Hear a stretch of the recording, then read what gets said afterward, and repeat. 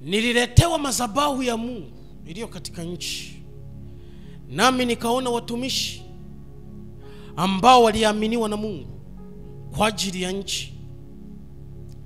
Nikapelekwa mpaka kwenye nchi, nikaona majina yao yamefutwa kwenye madhabahu hiyo.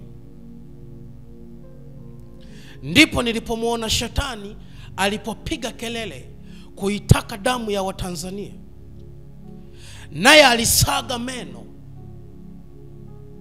Nami niliona kundi lililojaa ghadhabu, naye Shetani akaenda akawachochea wakuu wa nchi, akawapishanisha na watu. Ndipo waliochaguliwa na Bwana kwa ajili yake wakawainukia hao wakuu ili kupigana nao kwa ajili ya watu wa nchi.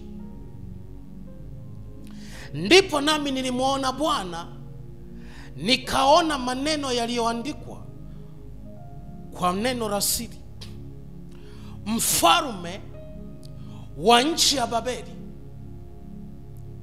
naye atalitangaza jina langu, kwa sababu walioaminiwa na Bwana wamenyamaza kabisa.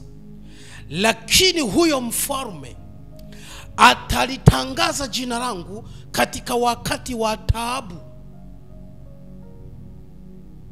maana walioaminiwa kwa ajili ya madhabahu yake ili aweze kushuka kwa ajili ya nchi na kujiapisha katika nchi ili wastawi, wamenyamaza kabisa. Bwana Yesu asifiwe. Ndipo nikapelekwa hapa, ngoja nikuonyeshe.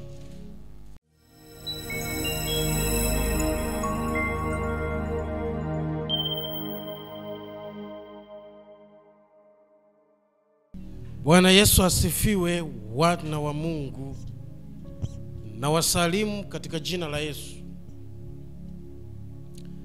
Ninamshukuru Mungu kwa neema yake anayotupa na kutupa fadhili za milele.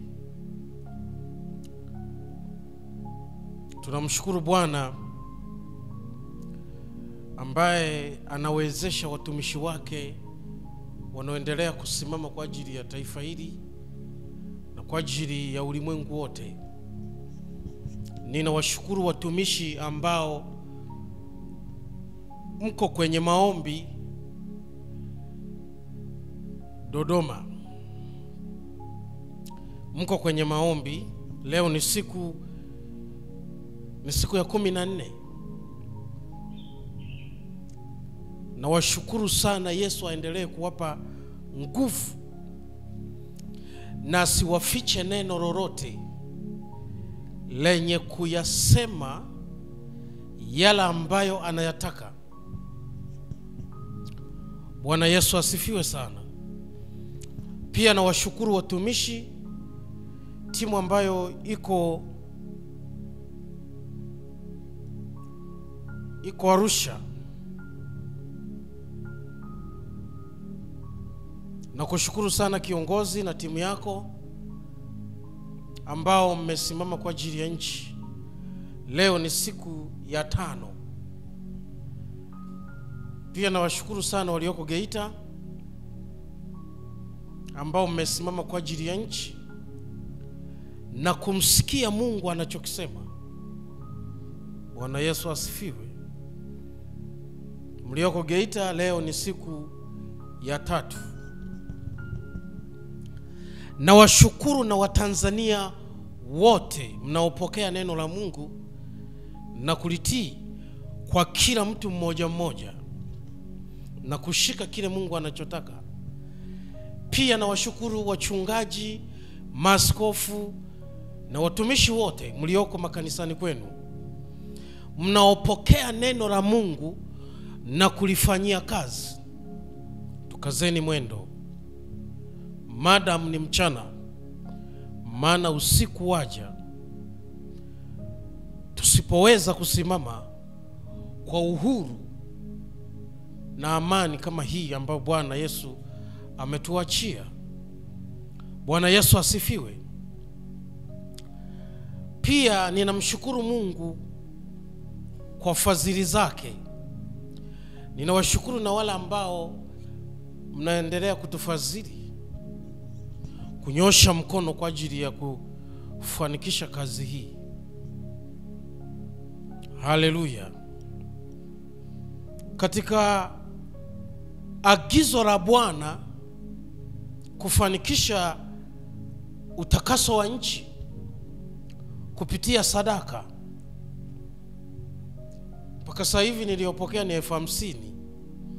Mungu awabariki sana ambao mnaendelea kufanya hivyo, lakini niombe kusema kwamba bado,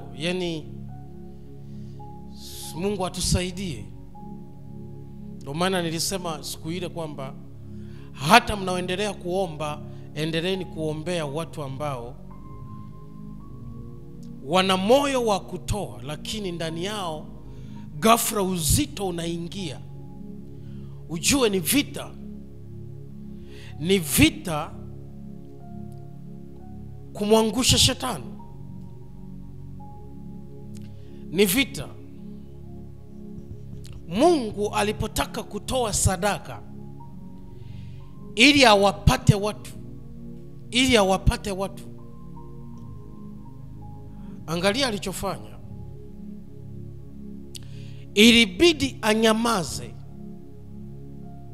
awe kana kwamba amemwacha Yesu kwanza, kwa sababu Yesu ni sadaka. Alijitoa sadaka, alitolewa sadaka. Ngoja nikusomea hapa. Unaweza ukasema wapi? Hebu tuambie, alitolewa sadaka na Mungu wapi? Ni hapa.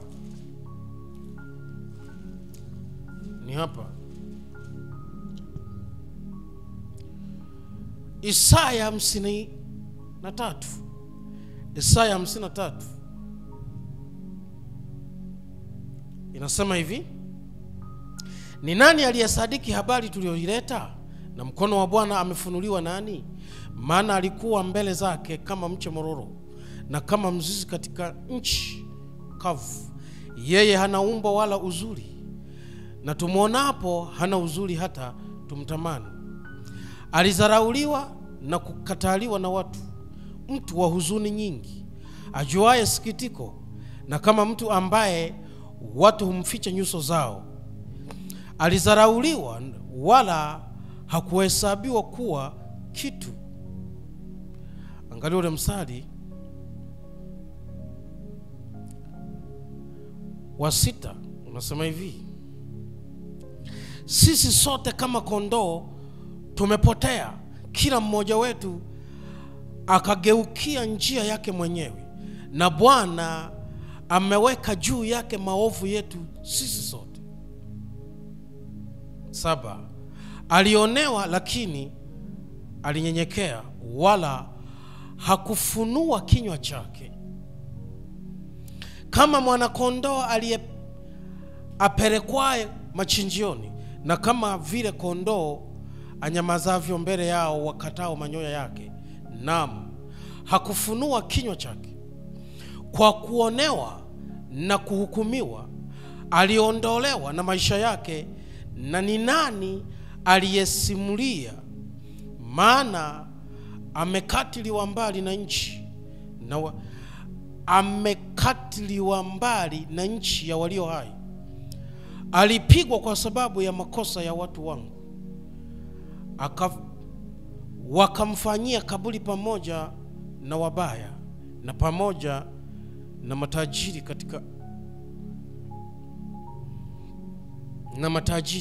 katika kufa kwake, ingawa hakutenda jeuri. 10, lakini Bwana aliridhika kumchubua. Angalia, aliridhika kumchubua, amemhuzunisha. Utakapofanya nafsi yake kuwa dhabihu kwa dhambi, ataona uzao wake, ataishi siku nyingi. Bwana Yesu asifiwe sana. Mungu aliridhika kumchubua nini? Kwa sababu ya watu. Angalia anavyosema, anasema hivi, lakini Bwana aliridhika kumchubua, amemhuzunisha. Utakapoona nafsi yake kuwa dhabihu kwa dhambi, ataona uzao wake, ataishi siku nyingi, na mapenzi ya Bwana yatafanikiwa mkononi mwake. Ataona mazao ya taabu ya nafsi yake na kuridhika. Kwa maarifa yake mtumishi wangu mwenye haki atafanya wengi kuwa wenye haki, naye atachukua maovu yao. Kwa hiyo nitawagawia sehemu pamoja na wakuu, naye atagawanya nyara pamoja nao walio hodari. Kwa sababu alimwaga nafsi yake hata kufa, akahesabiwa pamoja na hao wakosao. Walakini alichukua dhambi za watu wengi na kuwaombea wakosaji. Angalia, Mungu alitafuta haki ndani ya mwanadamu ili atuhesabie haki. Kwa hiyo Yesu akafanywa kuwa dhabihu, yani sadaka, ili sisi tuhesabiwe haki kwa nafsi yake. Kwa hiyo sasa Mungu ilibidi afumbe macho kufanikisha mpango huo, ili sisi atumiliki. Kwa hiyo na sisi kama wateule ni lazima tufumbe macho ili nchi irudi mahali pake. Nasema hivi, mkatae mkubali, nchi haitasafika bila sadaka. Hata kama mkinipinga, kumbukeni, tangu tumeanzaga maombi tumezaliwa tukikuta baba zetu na watumishi waliotutangulia wakifanya maombi kwa ajili ya nchi. Lakini kadiri tunavyosogea, Mungu anaingilia mahali anapoingilia. Na tulipokuwa tukiona nchi imesimama, usifikiri kwamba kuna watu maombi tu ndio walikuwa nakamilisha na kuifanya nchi irudi mahali pake. Kuna watu waliokuwa wanakubali kujitoa sadaka kwa ajili ya nchi, kujitoa sadaka nafsi zao, na kujitoa sadaka maisha yao, na kujitoa sadaka mali zao kwa ajili ya nchi. Bwana Yesu asifiwe. Nasema hivi, kama tunazani kwamba nchi tutaitakasa kwa sadaka, angalia, samahani, kama tunazani kwamba nchi tutaitakasa kwa maombi pekee, tumefeli. Nawaambieni kabisa, nawaambieni kabisa, formula ya Mungu ni lazima isimame sadaka. Wakati Mungu ameiangamiza nchi kwa dunia kwa maji, hakuiangamiza kwa sadaka, aliangamiza kwa ghadhabu.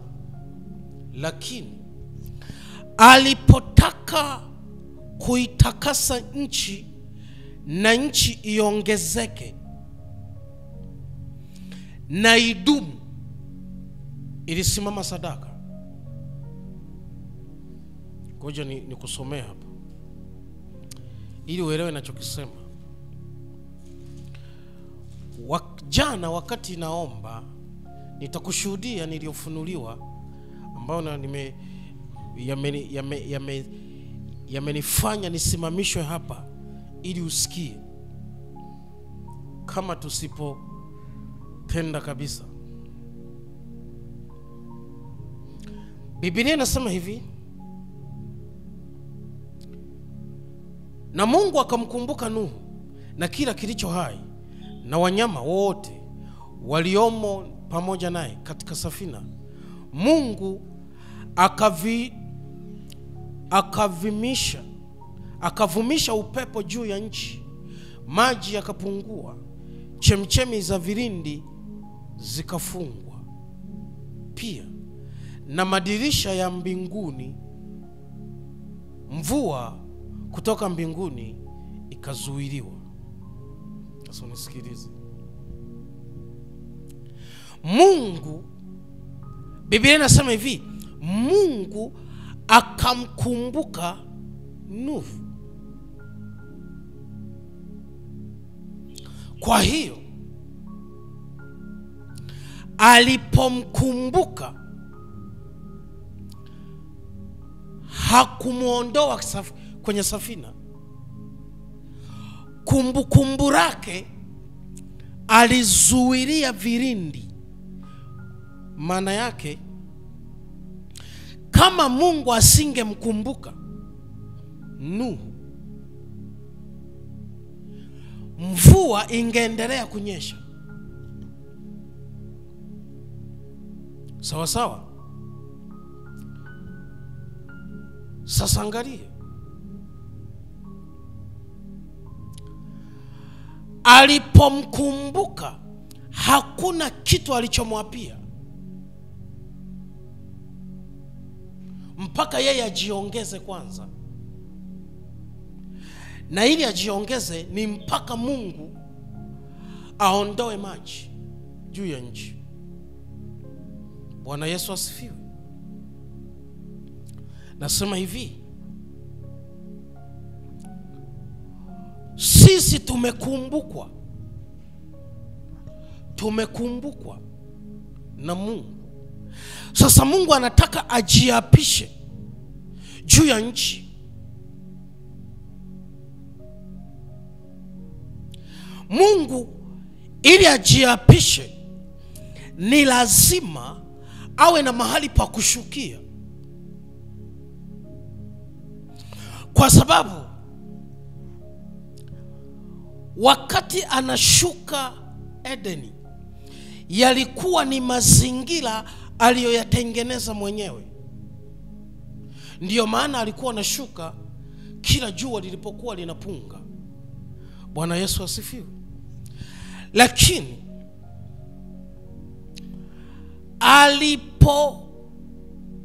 alipovurugwa mwanadamu, akafukuzwa kwenye mazingira alimokuwa anashuka Mungu. Haleluya. Ngoja nikusomea hapa ili tuje turudi hapa. Ngoja nikusomea hapa ili tuje turudi hapa, ili uweze kuelewa kitu ambacho ninakisema.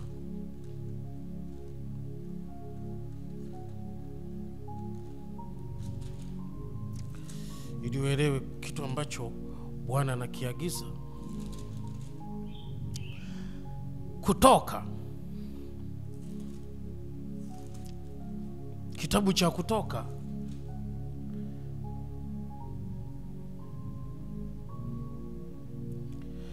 cha Kutoka sura ya 31, sura ya 31 inasema hivi, ule mstari wa kwanza. Bwana akanena na Musa na kumwambia, angalia, nimemuita kwa jina lake Bezaleli mwana wa Huri wa kabila ya Yuda, nami nimejaza roho ya Mungu katika hekima na maarifa na ujuzi na mambo ya kazi na kila aina, ili abuni kazi za ustadi, kuwa fundi wa dhahabu na fedha na shaba.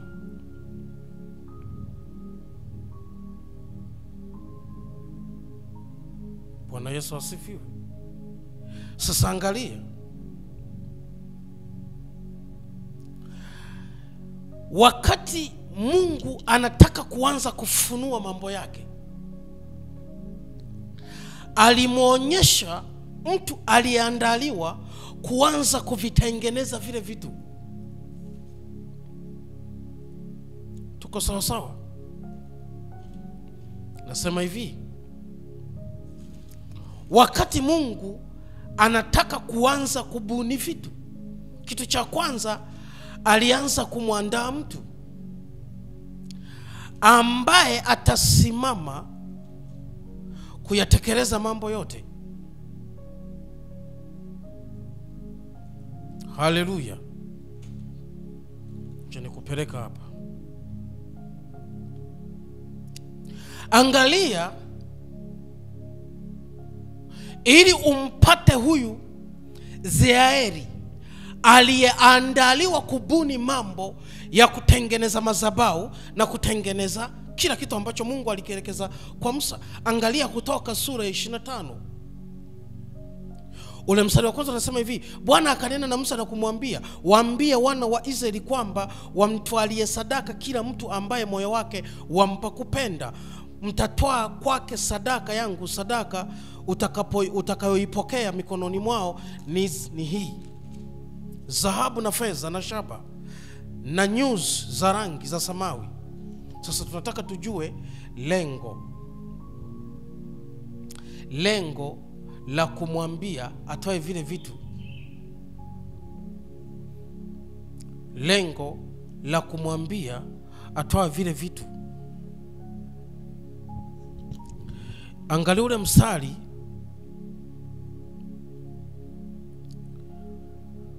ule mstari wa 30. Ule mstari wa 37 unasema hivi: nawe zifanye taa zake 7, nao wataziwasha hizo taa zake, zitoe nuru mbele yake, na makoleo yake na visahani vyake vyote vitakuwa vya dhahabu safi. Kitafanywa cha talanta 1 ya dhahabu safi pamoja na vyombo hivyo vyote. Nawe angalia ya kwamba uvifanye kama mfano wake ulioonyeshwa mlimani. Bwana Yesu asifiwe.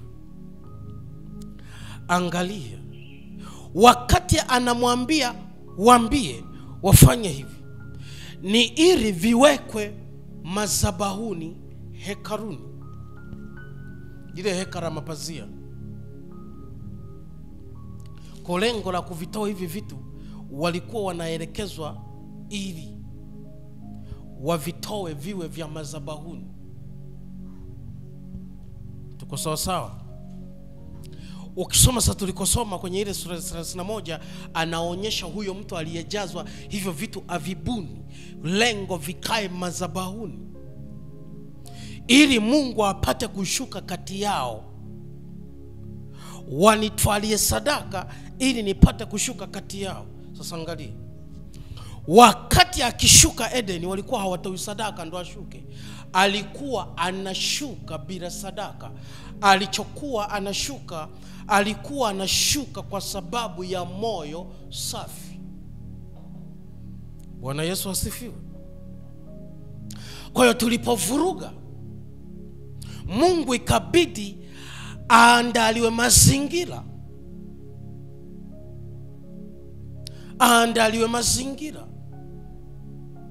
Haleluya. Nasema hivi, tulipovuruga Eden, Mungu ikabidi atufukuze, alipotufukuza, angalia, ikabidi aandaliwe mazingira ya kushuka, kwa sababu nchi iliyoko inaore. Narudia, nasema hivi,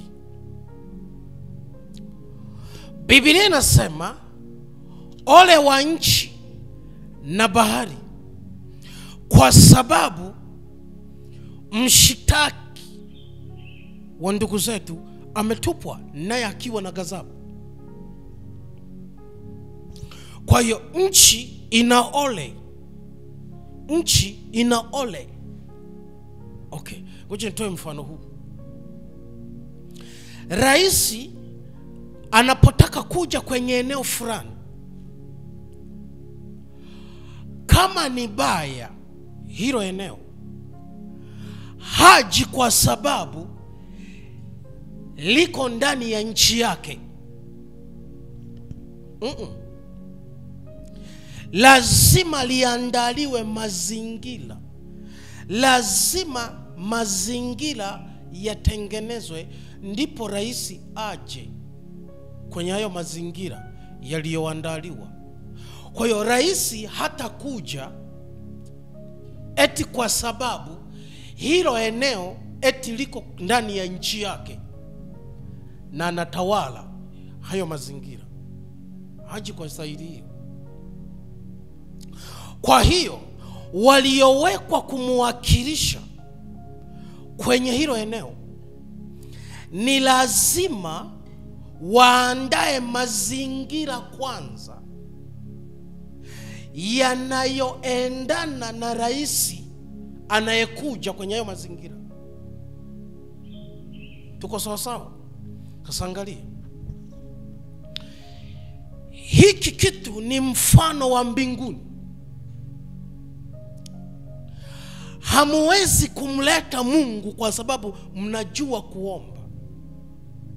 Hapana. Ni lazima aandaliwe mazingira ya yeye kushuka kuja kwenye nchi ili ajiapishe. Wakati ninaomba ile jana, niliambiwa hivi, nataka kujiapisha kwenye nchi ili kizazi kilichoko kipate kusikia neno langu na kulipokea neno la kwake. Narudia tena, angalia, aliniambia hivi, nchi ilipo kwa wakati huu katika ulimwengu wa roho, katika ulimwengu wa ulimwengu wa mwili tunaiona iko sawa tu. Katika ulimwengu wa roho, hapa ndipo iko mwisho wake. Niliambiwa hilo neno kwamba hapa ndipo iko mwisho wake. Maana niliona mlima, ule mlima juu yake nikaona kitu kama tufe. Lile tufe lilikuwa limewekwa juu ya ule mlima kwenye kilele. Halafu lilipokuwa hapo juu ya kilima, kule chini hakukuweko tambalale, bali kulikuwa kumteremko na shimo refu. Ndipo nikaambiwa hilo tufe ni mfano wa mviringo wa nchi ya Tanzania. Nikaambiwa nayo nchi iko mwisho hapo, itakapoenda inaenda mwishoni kuteremka. Katika ulimwengu wa roho, mimi sisemei mambo ya mwili, nasemea katika ulimwengu wa roho. Ndiyo maana nikaambia hivi, sasa hivi shetani anachokitafuta, anatafuta kila njia aweze kuiharibu nchi. Shida sio wanasiasa walioko, ila wanasiasa wanaweza wakatumiwa kutaka kuiharibu nchi. Unanisikia nachokisema? Nasema hivi, Mungu anataka kujiapisha kwenye nchi, lakini kiapio hakipo.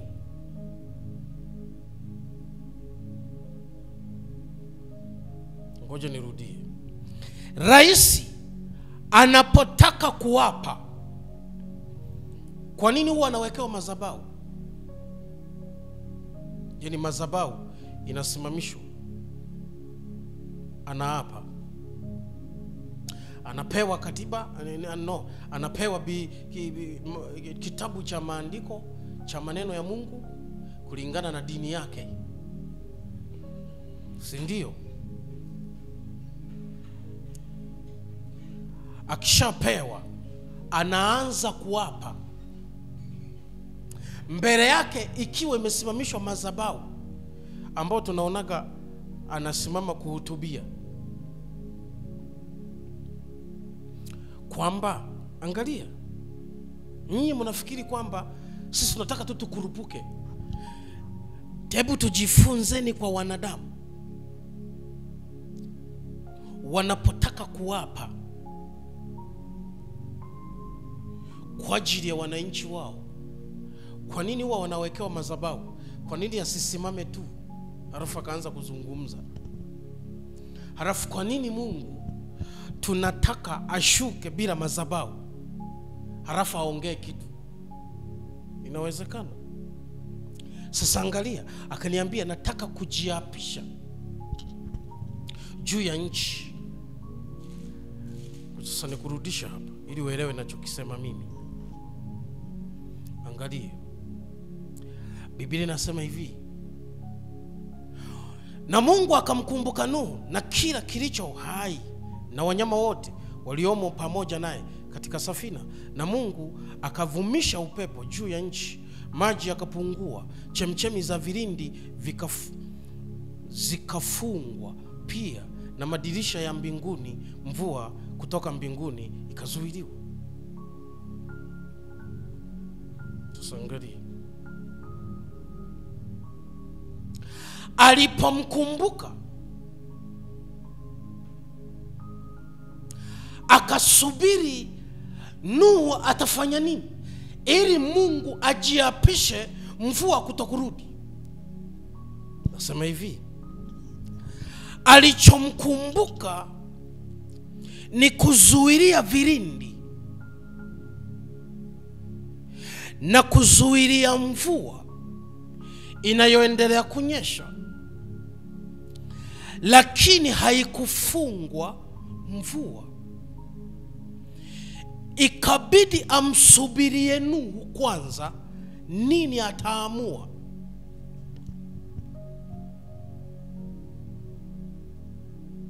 Kwa hiyo Mungu alichokifanya, angalia, akafanya hivi.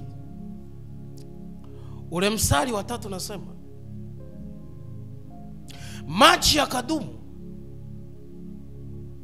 maji yakadumu kuondoka katika nchi, na mwisho wa siku 150 maji yakapunguka. Mwezi wa 7 siku ya 17 ya mwezi, safina ikatua juu ya mlima Ararati. Maji yakapunguka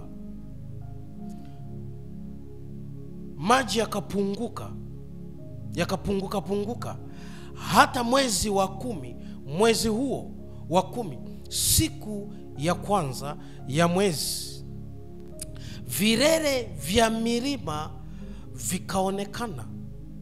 Sasa angalia, tunataka kujua Mungu alimkumbuka kwa staili ipi? Ngoja nirudie. Kwa sababu alipomkumbuka maji hayakuondoka.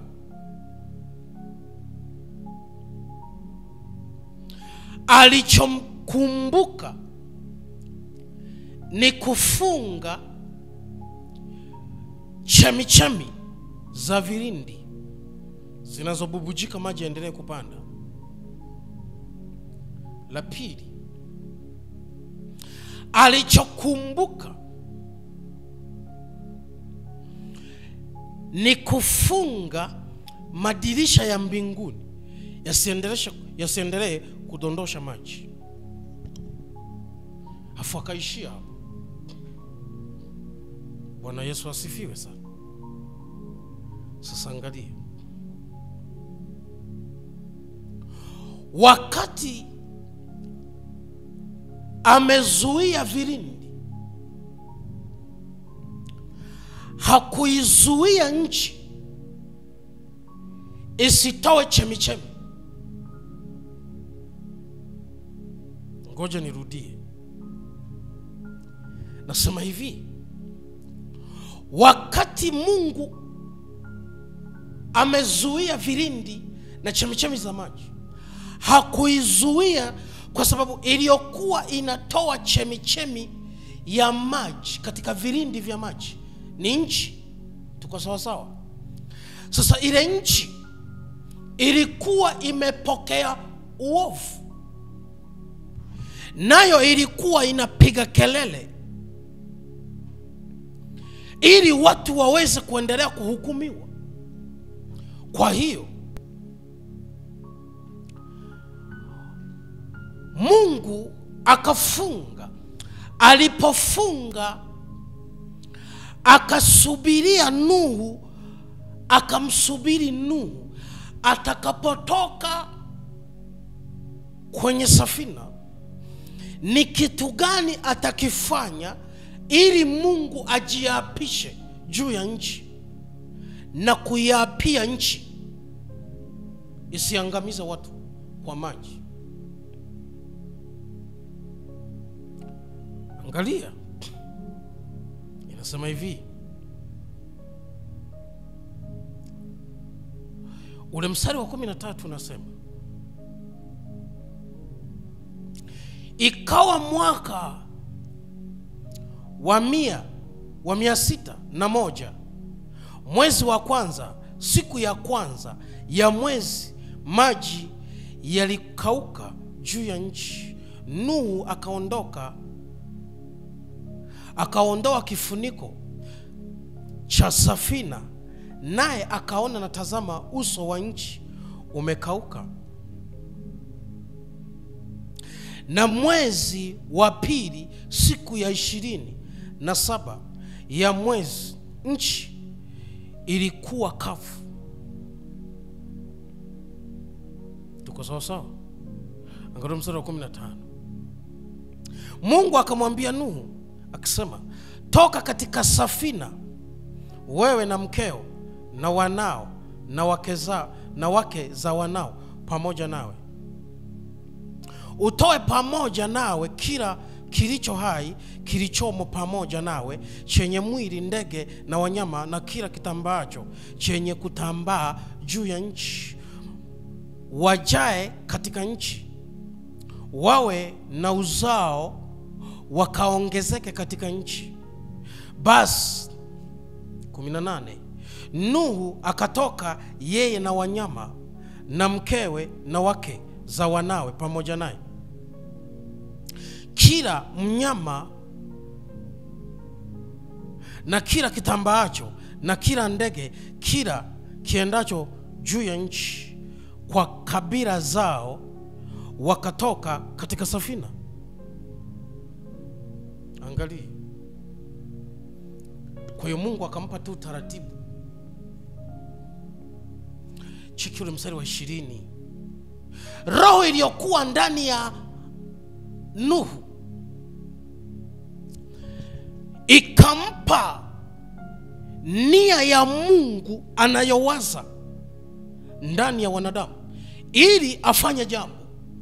Cheki ule mstari wa 20 unasema hivi, Nuhu akamjengea Bwana madhabahu, akatwaa katika kila mnyama aliye safi na katika kila ndege aliye safi, akavitoa sadaka za kuteketezwa juu ya madhabahu.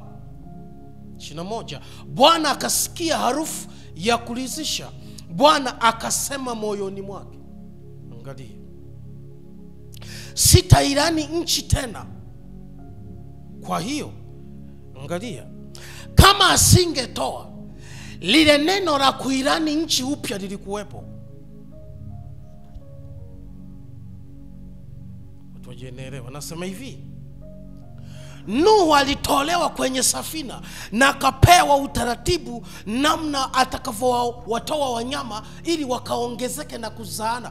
Lakini Mungu alichokuwa amebakiza moyoni mwake kwamba uovu tena utakapoongezeka, nchi lazima ije yaadhibiwe tena.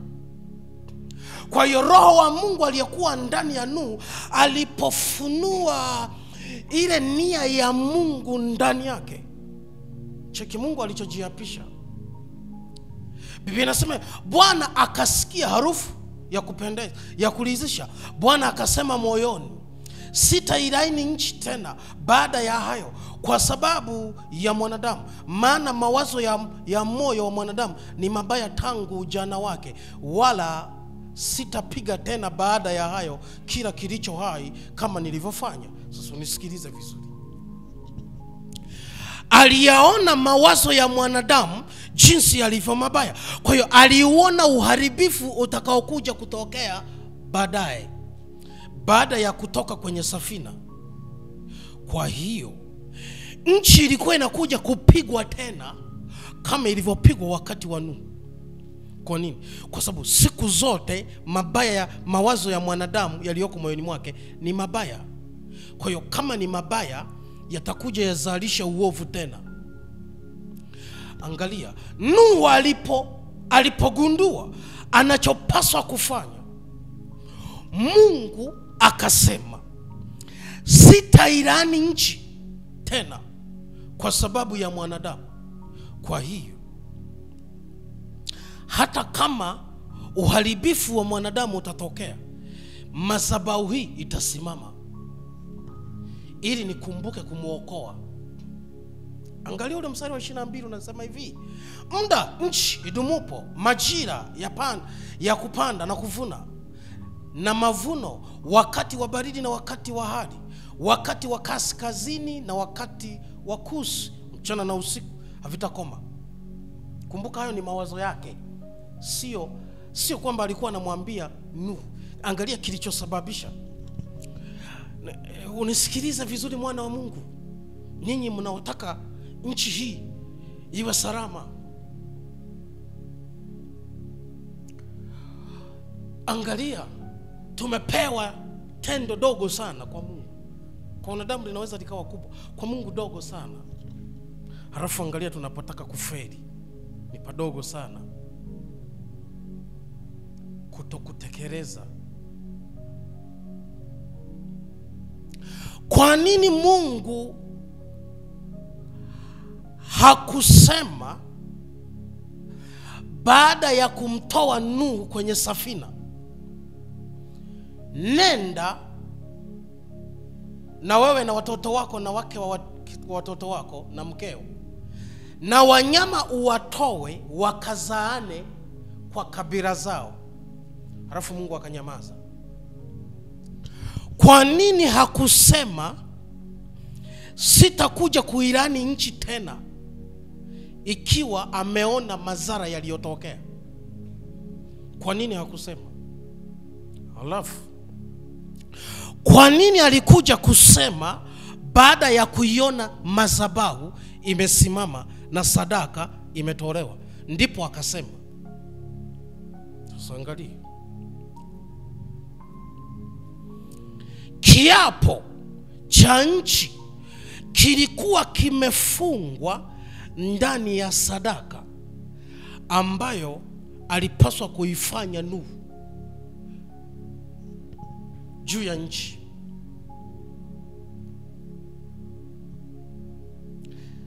Inasema hivi: Bwana akaridhika,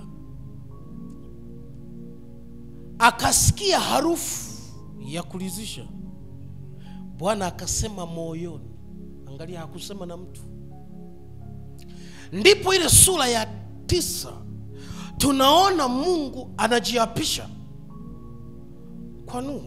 Anasema hivi: Mungu akambariki Nuhu na wanawe, akawaambia, zaeni mkaongezeke, mkaijaze nchi.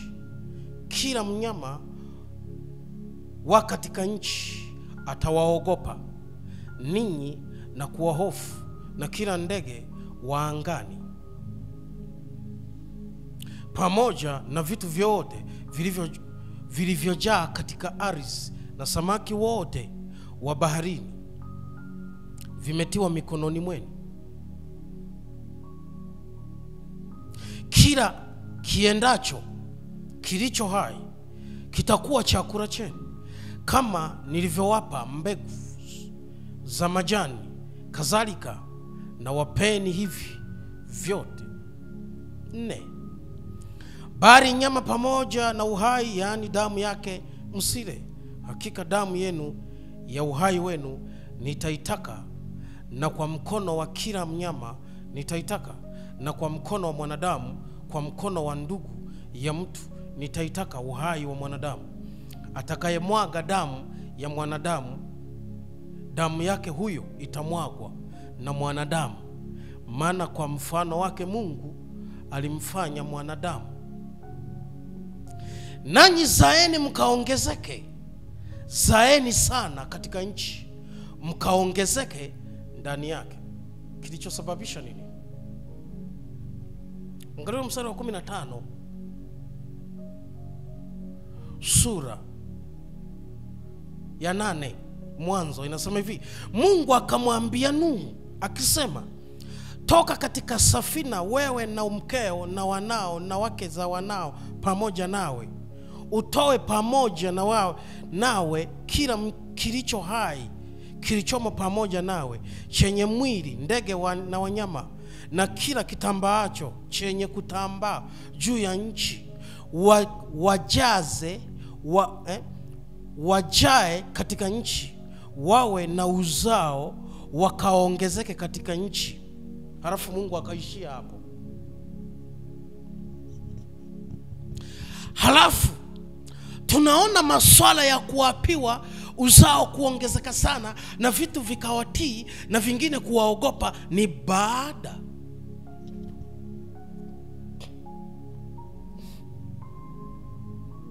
Mungu akamwambia Nuhu, akamwambia Nuhu na wanawe pamoja naye akisema, mimi tazama nalithibitisha agano langu nanyi, tena na uzao wenu baada yenu, tena na kila kiumbe hai kilichoko pamoja nanyi, ndege na wanyama na wa kufugwa, na kila mnyama wa mwituni, na katika nchi pamoja nanyi wote wanaotoka katika safina, hata kila kilicho hai katika nchi. Na agano langu nitalithibitisha nanyi, wala kila chenye mwili hakitafutwa tena kwa maji ya gharika, wala hakutakuwa tena gharika baada ya hayo kuiharibu nchi. Tendo hili moja tu. Sasa Mungu amekusudia kuiokoa nchi hii ya Tanzania iliwe sababu ya wokovu, lakini tuliochaguliwa tunaweza tukafeli. Sasa angalia, hiki ndicho nilichokiona. Ezekieli sura ya 9 inasema hivi, mstari wa 1: kisha akalia kwa sauti kuu masikioni mwangu akisema, waamuru wale wanaosimamia mji maji wakaribie, kila mmoja na mtu awe na kitu chenye chake cha kuangamiza mkononi mwake. Na tazama, watu 6 wakaja wakitokea kwa njia ya lango la juu lielekearo upande wa kaskazini, kila mmoja ana kitu chake cha kufisha mkononi mwake, na mtu mmoja kati yao amevaa bafta, naye ana kidau cha wino cha mwandishi kiunoni. Wakaingia wakasimama karibu na madhabahu ya shaba. Halafu mstari wa 3, na huo utukufu wa Bwana wa Israeli ulikuwa umepanda juu kutoka kwa kerubi ambaye alikuwa juu yake, akampa kizingiti cha nyumba, akamuita mtu yule aliyekuwa amevaa bafta, mwenye kidau cha wino cha mwandishi kiunoni. Bwana akamwambia, pita kati ya mji, kati ya Yerusalemu, ukatie alama katika vipaji vya nyuso vya watu wanaougua na kulia kwa sababu ya machukizo yote yanayofanyika kati yake.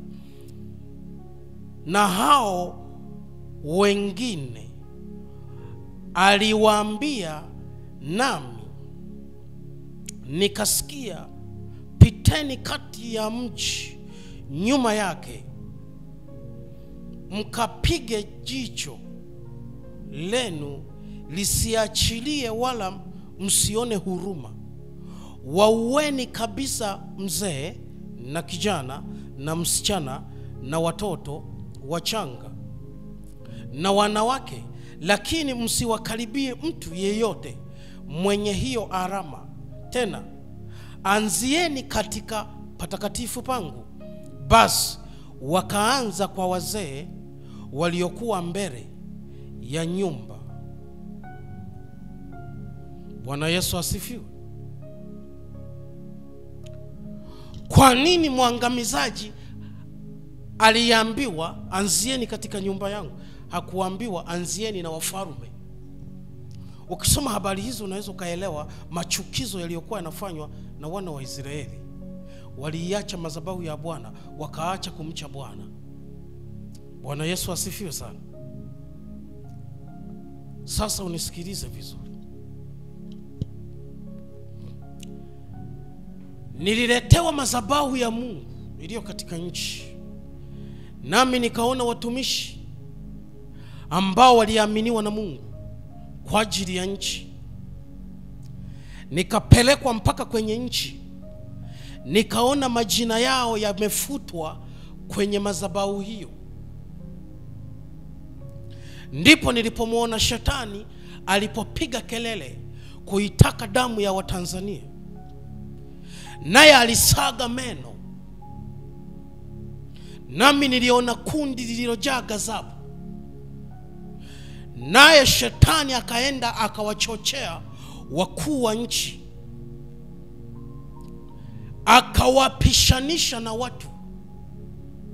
Ndipo waliochaguliwa na Bwana kwa ajili yake wakawainukia hao wakuu ili kupigana nao kwa ajili ya watu wa nchi. Ndipo nami nilimuona Bwana, nikaona maneno yaliyoandikwa kwa neno la siri. Mfalme wa nchi ya Babeli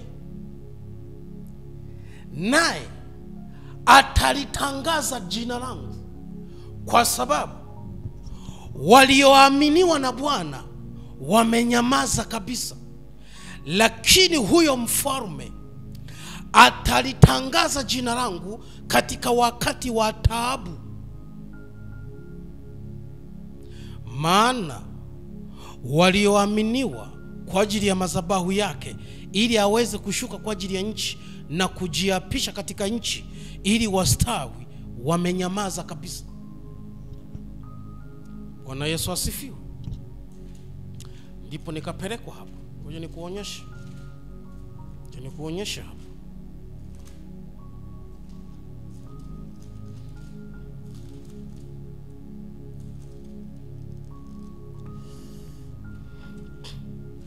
Nikuonyesha hapo.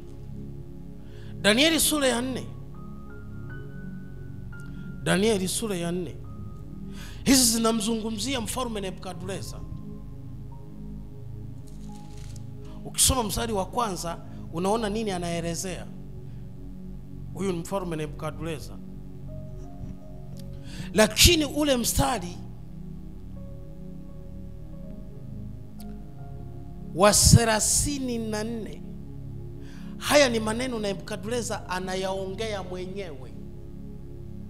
Anasema hata mwisho wa siku hizo, mimi Nebukadneza nikainua macho yangu kuelekea mbinguni, fahamu zangu zikanirudia, nikamuhimidi yeye aliye juu, nikamsifu na kumheshimu yeye aheshimuye, yeye aishie milele, kwa maana mamlaka yake ni mamlaka ya milele, na ufalme wake hudumu toka kizazi hata kizazi. Na watu wote wanaokaa duniani wamehesabiwa kuwa si kitu, naye hufanya kama atakavyo katika jeshi la mbinguni na katika hao wanaokaa duniani, wala hapana awezaye kuzuia mkono wake wala kumuuliza, unafanya nini wewe? Basi wakati huo huo fahamu zangu zikanirudia, na kwa ajili ya utukufu wa ufalme wangu, enzi yangu na fahari yangu zikanirudia, na mawaziri wangu na madiwani wangu wakaja kunifuata, nami nikathibitika katika ufalme wangu, nikaongezewa enzi kupita kiasi.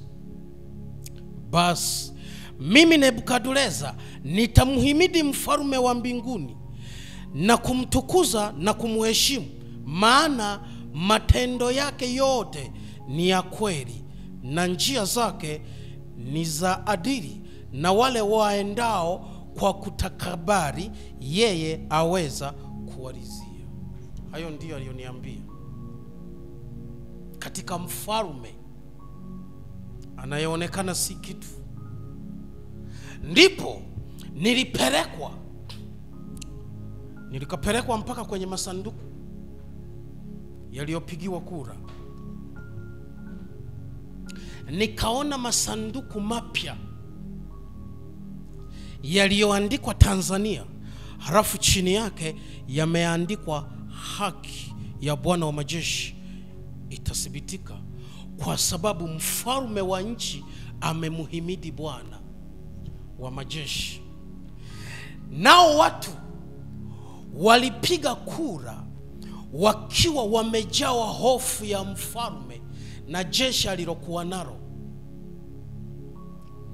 nao hawakumuhimidi Bwana kwa sababu ya hofu iliyowafunika kutoka kwenye nchi, kwa sababu ya mfalme wa nchi na majeshi aliyokuwa nayo.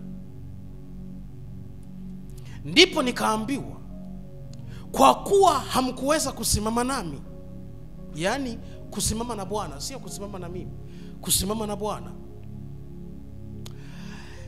amri ya mfalme ndiyo itakayothibitika, na Bwana atasimama nayo kwa ajili ya nchi, ili kusudi lake hapo mwisho wa siku lisimame na kuthibitika. Hayo ndiyo maneno niliyoyasikia. Je, ndipo mnapotaka mpafikie? Haya ndiyo mimi niliyoonyeshwa. Tazama, siku tulizobaki nazo kwa ajili ya kazi ya Bwana, ili kwenda kuisimamisha madhabahu katika hicho kijiji. Sasa angalia, mpaka leo nina 50,000 kutoka kwa Watanzania. Matangazo hayajatengenezwa, mabango hayajatengenezwa, maandalizi muda unakuzidi kuyoyoma.